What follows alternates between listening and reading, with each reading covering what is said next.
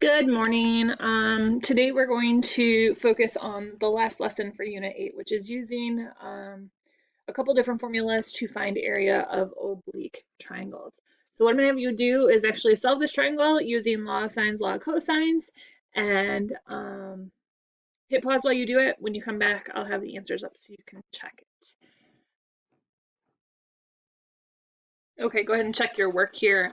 This is a side-side angle case, so you do need to check first. Since A is smaller than C, you need to find your height, which ends up being 7.7. So since A is between my H and my C, I need to find two triangles, not just one.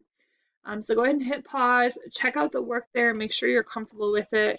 That is something that's very important when you draw your triangle. Always look if it's a side-side angle case to make sure you know if it should be no triangles, one triangle, or two triangles. Okay. We are going to move on to 8.3, which is finding the area of general triangles using one of two formulas. The first is if you're looking for the area of an oblique triangle when you're given two sides and they're included angles. So if you have a side angle side case, you can use one of these formulas. So 1/2 BC sine of A is essentially what we're doing for all of them. So find the area of the triangle having two sides of lengths 24 meters and 10 meters and an included angle of 62 degrees. So if we draw this out, not sure why that didn't change to a shape there. Try again. If we draw this out,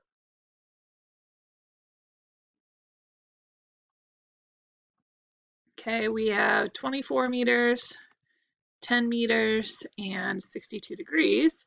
So our formula for area is 1/2 of the product of the sides, so 24 times 10, times sine of the included angle.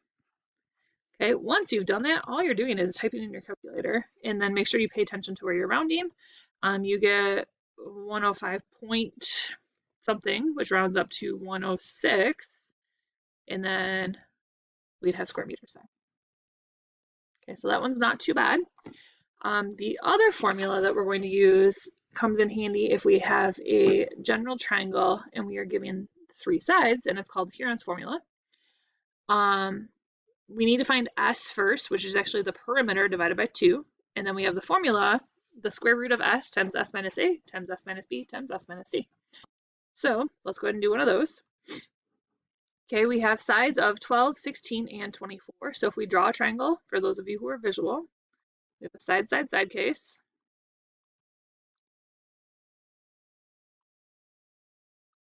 So we have 12, 16, and 24. It doesn't matter how you label it. Because there are three sides to find the area, we're going to do 12 plus 16 plus 24, and then find half of that. So when we do that, the perimeter is 52. So 52 divided by 2 gives us 26 for our S. So our formula is the square root of 26 times 26 minus 12 times 26 minus 16 times 26 minus 24.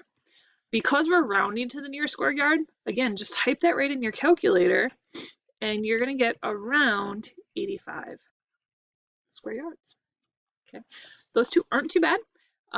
Short video today. Go ahead and there's 2 days of practice. If you want to do them all, you're good. Answers are on Canvas, so you're set. And then go ahead and work through the review if you feel like you're ready, and the practice quizzes or the quizzes that are on Canvas. If you have any questions, feel free to reach out at any time and I will try to respond as soon as possible. Have a great day. Stay safe.